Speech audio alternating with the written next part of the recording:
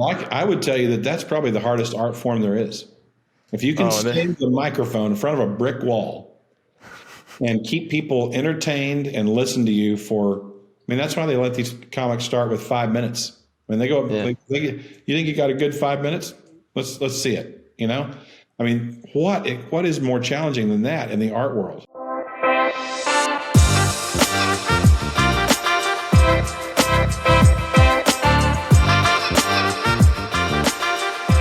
Hey everyone, welcome back to the Intelligent Conversations podcast. Today, I have the honor to learn from Dr. Blaine Leeds. Dr. Leeds is the leading provider who helps people smile and sleep.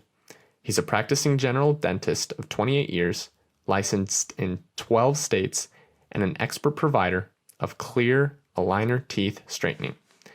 He is an expert in sleep health and has co-authored the much-anticipated book, What Happens When Your Child Doesn't Sleep? Unlock the secret to happy, healthy children.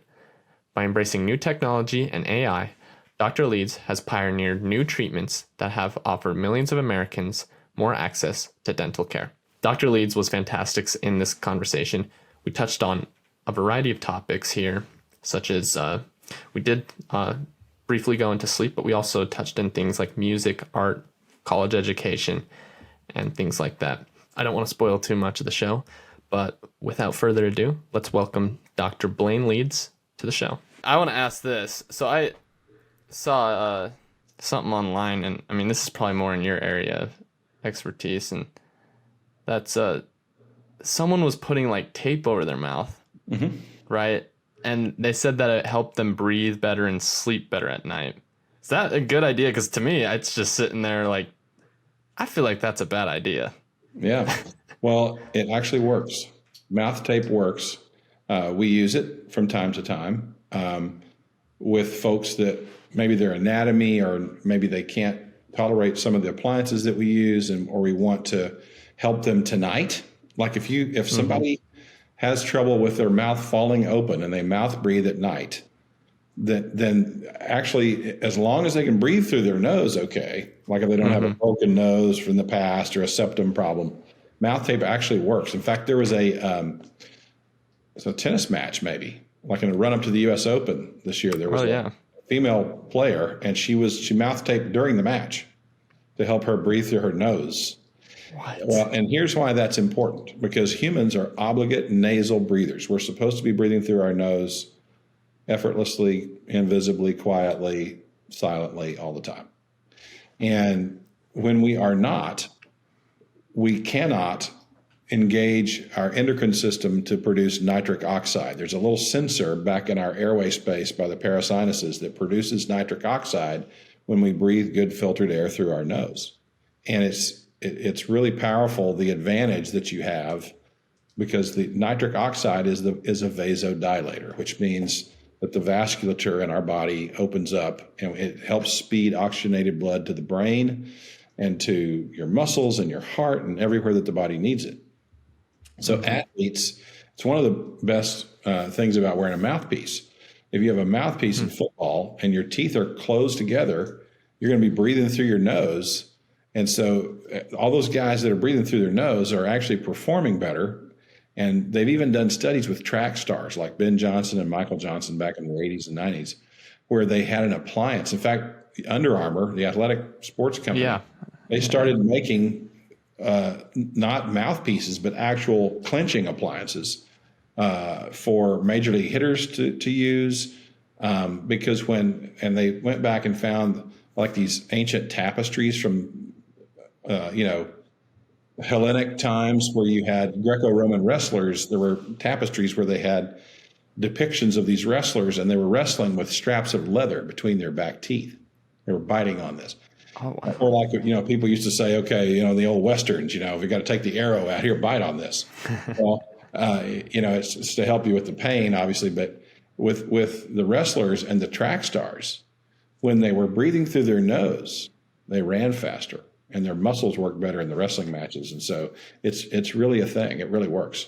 I should have tried that because I ran track actually in high school. And I have to say, I've probably, now thinking about it, I mean, obviously I can't remember exactly, but I would say I was probably more of a mouth breather. I would always be huffing and puffing at the end of a race because I was a sprinter. Okay. And from what they taught us, it was like, okay, pretty much you want to take not as many breaths type of thing. Like you want to and then like explode and out of the Yeah. blocks and stuff. But Yeah. So you were a 100-meter guy, or? yeah, 100 meters, and then I did 200 as well. Oh. I think I was better at the 200 than the 100, but that was So what were some of your times? That's cool. my best 100 was 11:3, Wow. and then my best 200 was I want to get this right. I'm pretty sure it was like a 22:7. Wow. So is that good enough to? I mean, I can't recall. Run in college. I mean, did you I probably could have. like at a Division III school or something, or maybe D2 school? I did it more just, I don't know, stay in shape. I like being active and Yeah. going out, and just I enjoy working out and doing something hard, especially, Yep. and the state of mind it puts you in. I enjoy that. Well, there's no question. I mean, moving a little bit every day is so important, and we talk about it with helping people sleep all the time. My rule of thumb is if you're not standing in a pool of sweat 4 times a week, I don't care what it is, even if it's just walking outside for 45 minutes, that's, and for a lot of people, that's a really good way to move. It's just 30 minutes of walking every day or every other day. And even like an hour every other day, a good brisk walk would change most people's lives. There's a wonderful little video that I send out to my patients about once a year called 23 and a half hours. It's on YouTube. You can put it in show notes or whatever. But it's great. There's a doctor on there, and it's a whiteboard presentation. And it's one of the ones that's animated, so the words are appearing and talking. But he works at the University of Toronto, I think it is. But he starts describing, we've got this new study with a miracle drug that we've been working with, and we compared the miracle drug to all these things. And so he starts going into heart stents, for example. They took 1,000 people that needed heart stents, and they got the stents done versus giving the people the miracle drug. And 82% of the people who took the miracle drug showed an improvement in the vasculature and their blood flow and stuff, as compared to 77% of those who got an actual stent placed. They talked about arthritis, knee, hip, ankle arthritis pain. They gave like powerful, pharmaceutical drugs, like back then Vioxx or something, or strong anti-inflammatories. They gave the other group the miracle drug, and the miracle drug performed better. 40% of patients who had anxiety showed improvement with the miracle drug, where only 33% showed improvement by taking anti-anxiolytics or some sort of random. Well, anyway, at the end of the 30-minute video, the reveal is the miracle drug is 30 minutes a day of walking. And so I was going to ask that.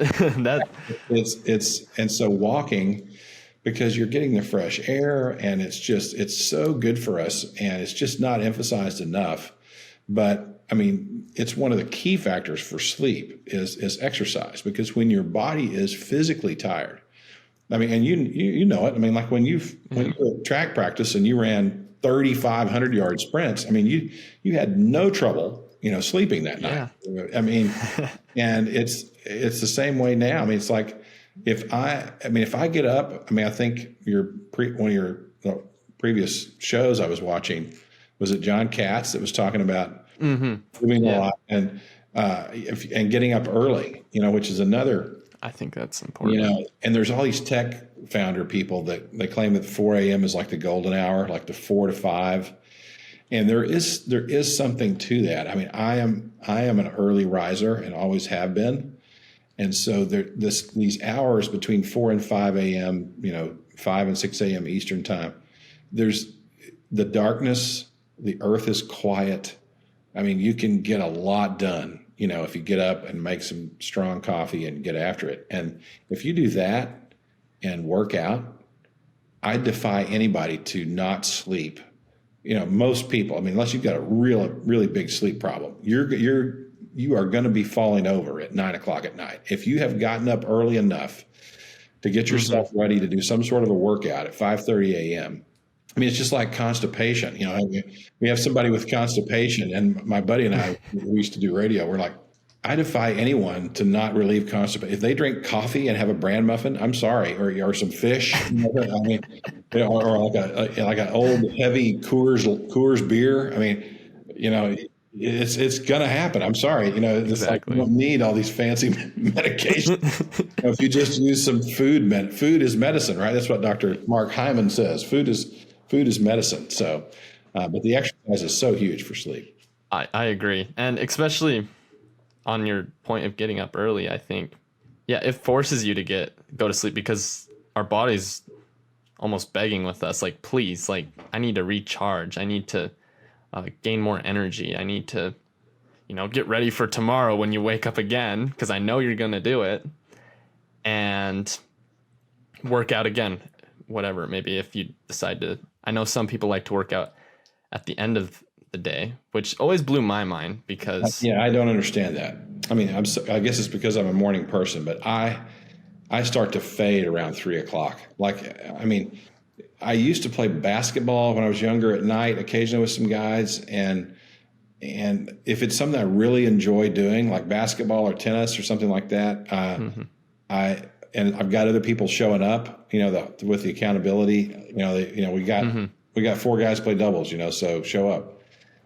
I would do that. But like, if somebody told me I had to go run at 6 o'clock, or I had to go hit the elliptical at the gym at 7 or 8 o'clock at night, it energizes me. So I don't want to crank up my adrenaline and stuff at night, because I'm going to be up, maybe if I worked second shift or something and I wanted to work out right after I finished work and, went to bed, maybe so. It's part of the circadian stuff, right? I mean, we're designed to, go to bed when the sun goes down and get up when it comes up, So on that, I want to ask you this. Since we're constantly getting bombarded with, like, I mean, even just your street, right? We'll have lamps. We have phones now and lights in our house. Now we're not going to bed when the sun goes down. Is that, like, I know that's bad probably, but how can we kind of, I guess, get into that routine? Yeah.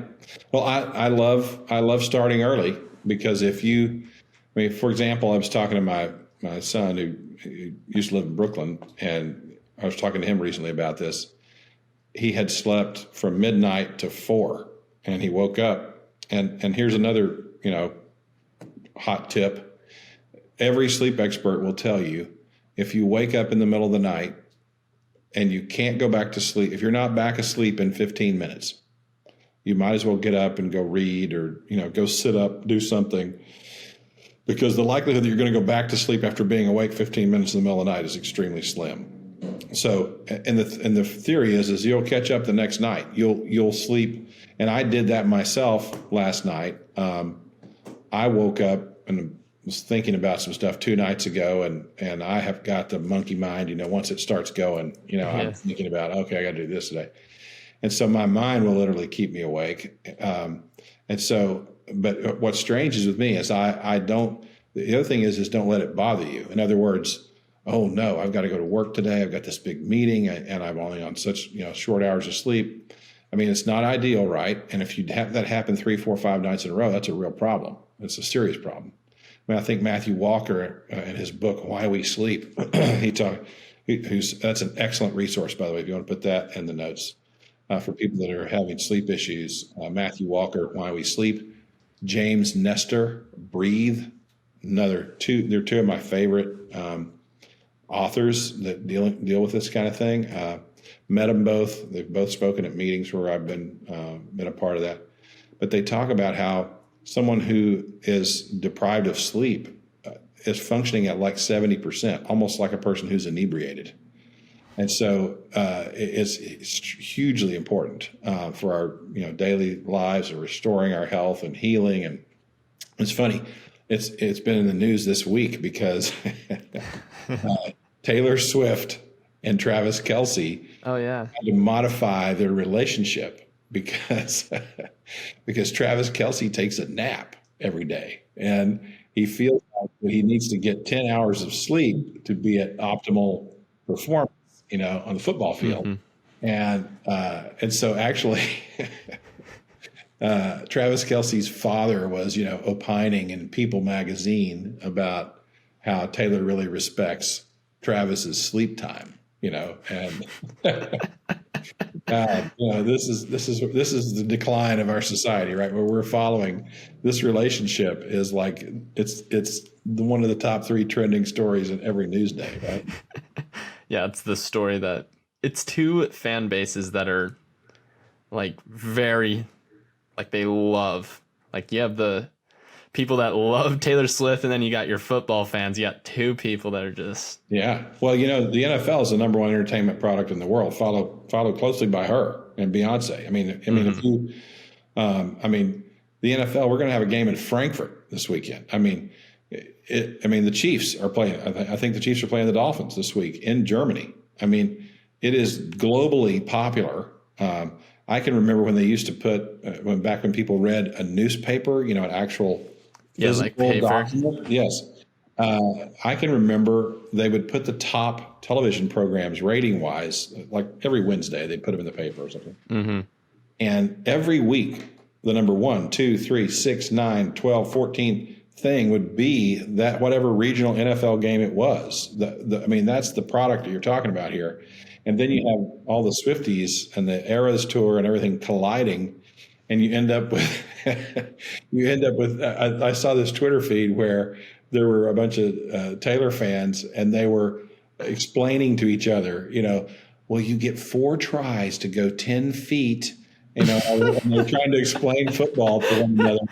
And it's just priceless, right? I mean, you can't make this stuff up.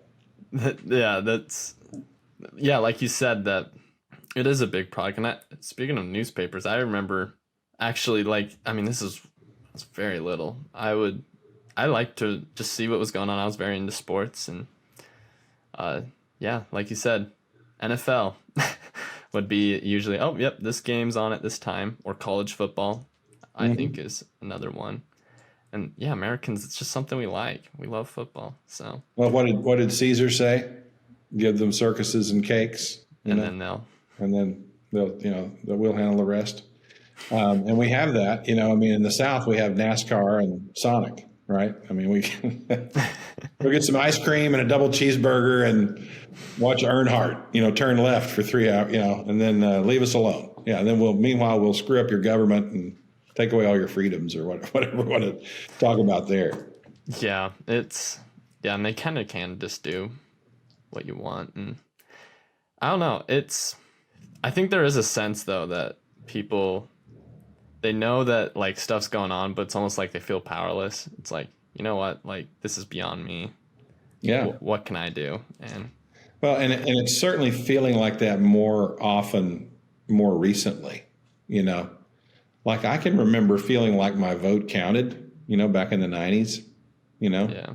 But we don't need to have an intelligent. This is not political conversations. That would be a whole different. Yeah. Let's not go down that. Whatever we need to do to get you, trending. If we need to be controversial, I can help with that. Whatever you want to do to get clicks, I'll help out if I can. Whatchamacallit, controversy sells, right? That's the saying in media. Well, speaking of music, there's an old Don Henley song. You probably don't even know who Don Henley is. You know who Don Henley is? He's one of the Eagles. Do you remember the Eagles? Like the football team? Or no, but I can talk about them too. But no, the Eagles, the rock band. Okay, no, no. Well, that's your homework assignment, Josh. You and your listeners go listen to more dad rock. Go find the Eagles. The Eagles, Glenn Frey, Don Henley. Anyway, Don Henley had a song called "Dirty Laundry," which you put that in the show notes. "Dirty Laundry." It's about the news and how the news is. There's a bubble-headed bleach blonde that comes on at 5. She'll tell you about the plane crash with a dream in her eye. With a gleam in her eye, excuse me. Oh. Sorry. So it's like, they want to talk about the bad stuff. They want to share your dirty laundry, kick them when they're up, kick them when they're down. I know you've heard this song. So is there a way we can play the song right now, like 15 seconds of it, without having to credit Don? We can actually put the audio in the podcast. Yeah, I'll have the guy that he kind of snippets this and all that. I'll have him add Put that. a link to the YouTube. It's a great song. It's a great classic rock song. Everybody should know. Yeah, no, I'm definitely like I'm taking notes. So we got to give you equal time here. So what do you listen to? What's your music? Oh, I could go on for this. What's in your Spotify playlist right now? I like the alternative stuff. So like kind of just AJR. If I had to name a band, I really like AJR. AJR? Yeah. I've never heard of them. Yeah, I like them, and they have some good. So they're an American band? Yes, they are. Yeah, So how would you? So you call it alternative rock or indie rock, or what would you call it? Yeah, probably alternative rock. I don't quote me on that, please. But so I mean, are you not a big music fan? I would say I don't understand the different types of genres and stuff. I'm more in. I like music that has like the lyrics itself. Like I've learned to love the lyrics, but I actually like more of the rhythm.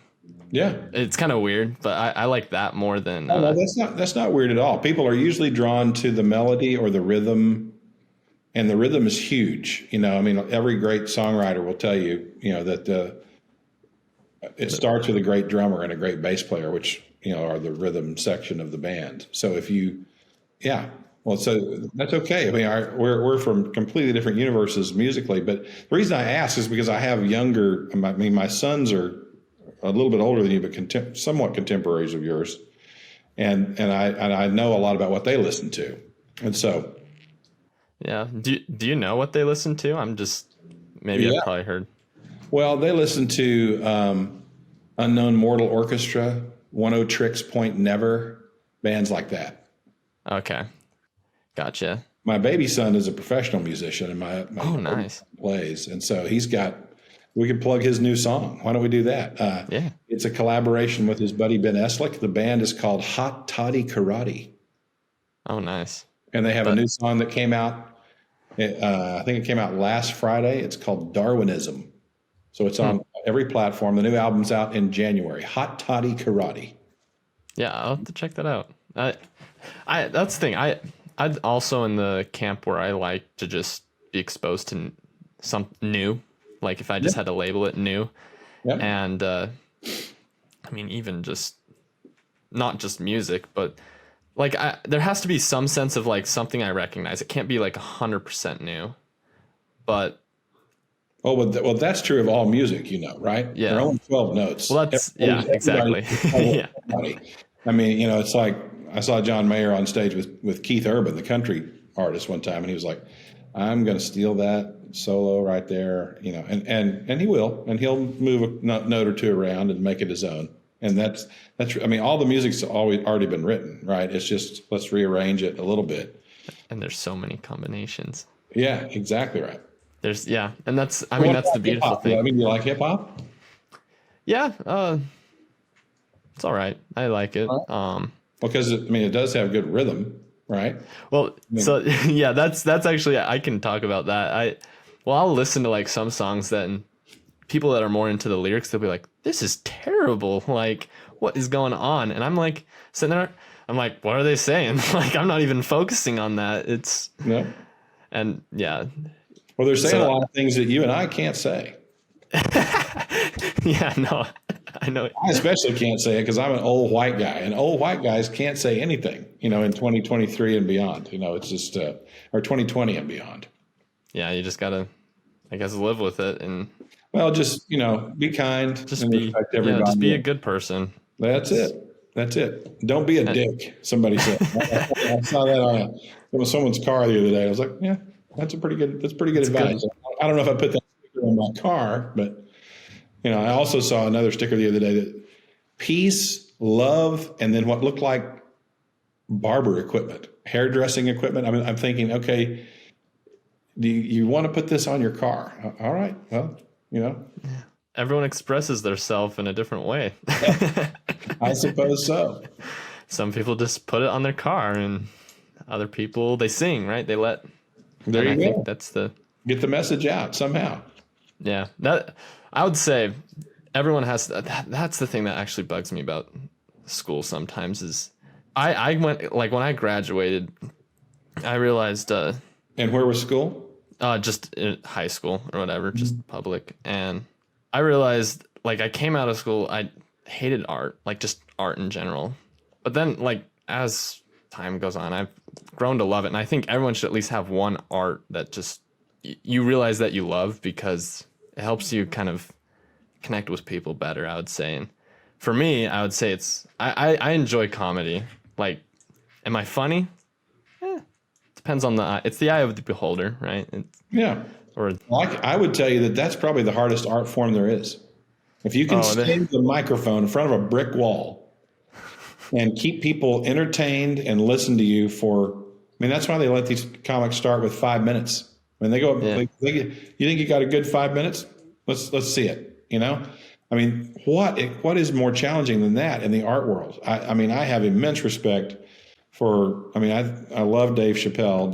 Dave says that you have two things, right, with comedy. I mean, is it funny? Is it entertaining? Or did I learn something? I mean, how many Dave's very controversial, but he's also obviously brilliant, and that's the thing. You have to be extremely whip smart, to be a comic and be able to do what those people do. So, and absolutely it's art. So if you say, I don't really like art, but I love comedy, well, then you're contradicting yourself, because comedy is art. And in the Western Hemisphere, thank God, we're able to use comedy or I hope we're able to, because we have college campuses like University of California at Berkeley that won't let comedians perform, won't, just and ridiculous. they're squashing, free Art. speech. Like, That's right. You're a college institution. You're supposed to be these bastions of thinking, forward thinking and progressive thought, but we're going to, not allow a comic to perform. I think they got to really take a look at themselves in a lot of these places. And I think, I asked one of my colleagues the other day, who's the president of a land grant university board. And I said, would you send your son to school? Would you send your son to college in 2023? Would you, Josh? So I'm actually of that age. I'm not going to school. And I find that actually, like, there are some benefits, I would say. Like, the networking you get in college is actually pretty great. Yep. But is it worth $400,000? No.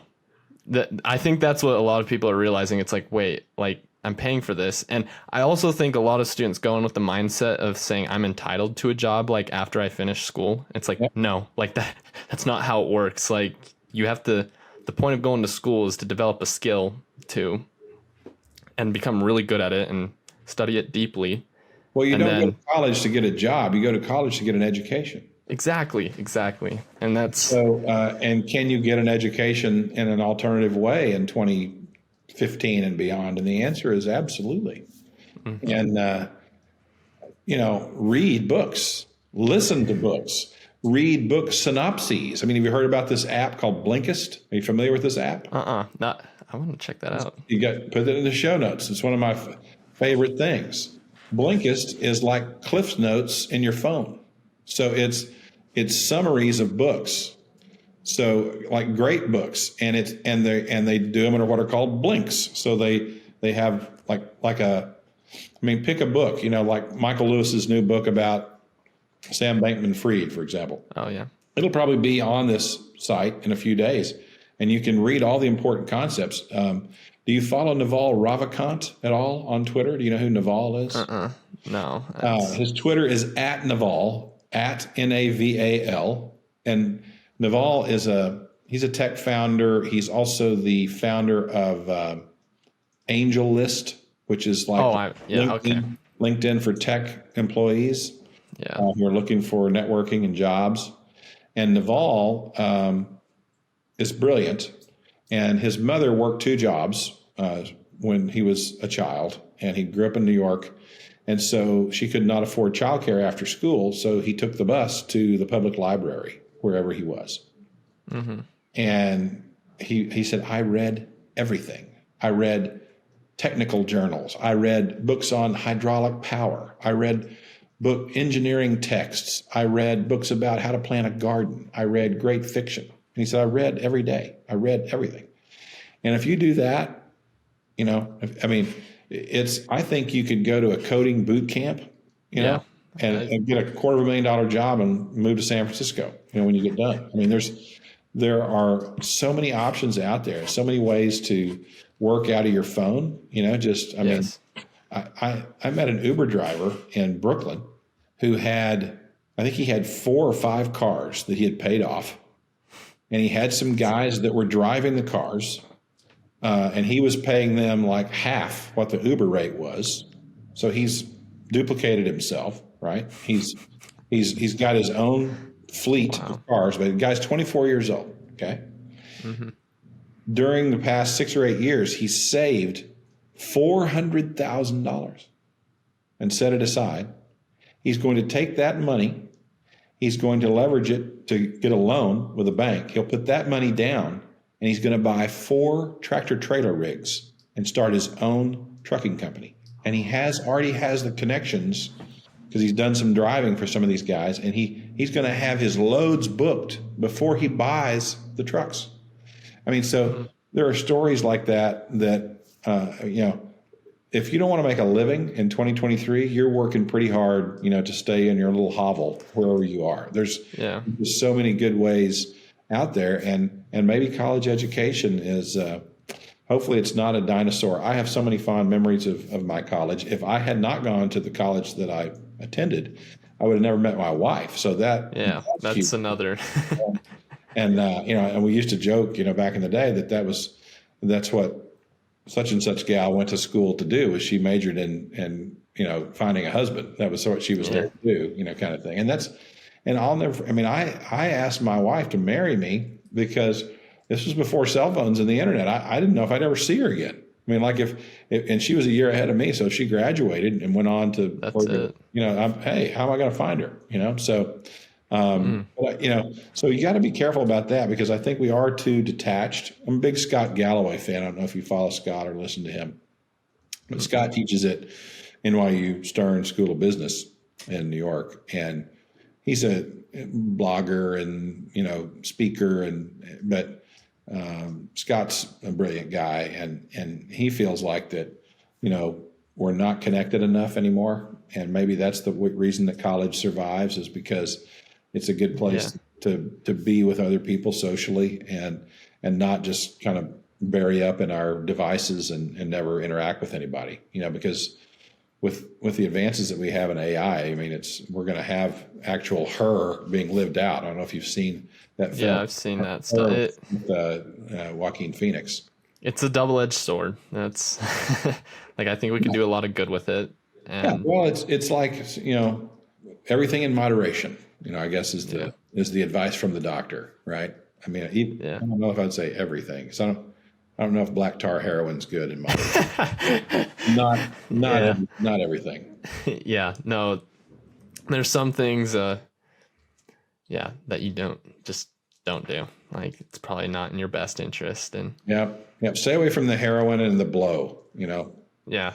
And that stuff will mess you up and set you back. It was like what John was talking about on the other show, He found out that he had that hour of joy, and then you spend 2 days recovering. I love his advice. Things that I regret in the past, I don't do anymore. If I regret it, I get rid of it. That's a great life concept. I agree. Well, man, I thank you for coming on. I appreciate it. I know I learn a lot, and people that tune in learn a lot as well. I've had people say, man, you have some fascinating people come on. But I know you have a book that's coming out soon, right? Yeah, it's supposed to be out November the 30th, but it was also supposed to be out September the 9th. So, we'll keep our fingers crossed. Sweet. So what's the best way, if people want to reach out to you, find the book when it does come out or stay updated with No, that? actually, they can go to my website, askdrleeds.com, all lowercase, all one word, ASKDRLEEDS, like The Who, live at Leeds, another band none of your listeners will know. You've heard of The Who, right? Man, no. I need to do a lot of homework on Homework. some of these old times, man. Okay, so have you ever watched any episode of CSI? I think it's like on TV, yeah, it's come up and I'll like passively watch it. Well, the opening scream on that, Okay. Won't Get Fooled, that's a Who song. That's Roger Daltrey. So The Who did an album called Live at Leeds. So many in England. So many times I'll say, like The Who, Live at Leeds, or Leeds, England. So that's askdrleeds.com. Or we have a special website set up called Sweet Dream Smiles that you can go to, and there'll be a free gift for listening to the podcast. It'll either be like a little short video from me or a PDF summary of the book or the first chapter of the book. But the book's supposed to be out November 30th. It's called What Happens When When Your Child Doesn't Sleep. What happens? I read the opening. They sent it over to me. I love the opening because at first I jumped into it and I'm like, man, I'm gonna have to like turn on my big brain and stuff because this may be over my head. But I like how you really explain complex things, and it just made sense. Like, and how you brought in other examples like batteries and smartphones, things that people understand. Well, that is the whole reason we're talking today, is because, and Brian, kudos to Brian Ferry. Brian wrote most of the first part of the book, and I start taking over in chapter 2 and 3. But so, and Brian's incredible, and his background is in advertising, and he built the Fannie Mae website way back in 1996. He was part of the Intel Computer Inside campaign. He led a team of guys. That's considered most people consider it Ad Age, the advertising magazine, considers Brian's campaign with Intel the fourth best advertising campaign of all time. So Brian understands a lot about it. He'd be an interesting guest for you to have on as well. But Brian wrote most of that as the intro because we're collaborating. And the reason we're collaborating is because Brian tragically lost his wife to sleep apnea about 8 years ago. And so she had 2 CPAP machines under her bed in the plastic, never used. And so, but we pride ourselves on being able to communicate with anybody, and we want to share this story in a way that everybody can understand. And the whole mission and value from it is to help people sleep better, breathe better, understand that, the way your jaws are shaped and crowded teeth can keep you from breathing through your nose, like we talked about in the open of the show. And it's so important for kids and how they grow and develop, help their brain function better, keeps them from having attention problems. So sleep and normal sized jaws and straightening out our teeth at a younger age are really, really important, it turns out. That's cool. Well, thank you, Dr. Leeds. I appreciate you taking the time. My pleasure. And they can follow me on all the socials. I'm on LinkedIn and Instagram at Blaine Leeds, Twitter at Blaine Leeds. So follow there and interact there. We'll talk more about it. Awesome. Well, thank you. All right, everyone. As you can tell, that is Dr. Blaine Leeds. He's a very intelligent person, has great things to share. I challenge you guys, if anything spoke to you, to reach out to him. I'm sure he'd be happy to chat with you and point you in the right direction. Stay tuned till next week. We have a great guest lined up for you guys. See you guys next week, and let's get after it. Hey everyone, if you liked this episode and would like to hear more, be sure to hit that subscribe or follow button. We release a new episode every Wednesday for you guys to listen to. Thank you guys so much for the support that you give. We could not have done this without you guys. If you would like to be a potential guest on the show, check out intelligentconvos.com and fill out the form there. Thank you guys again, and let's get after it.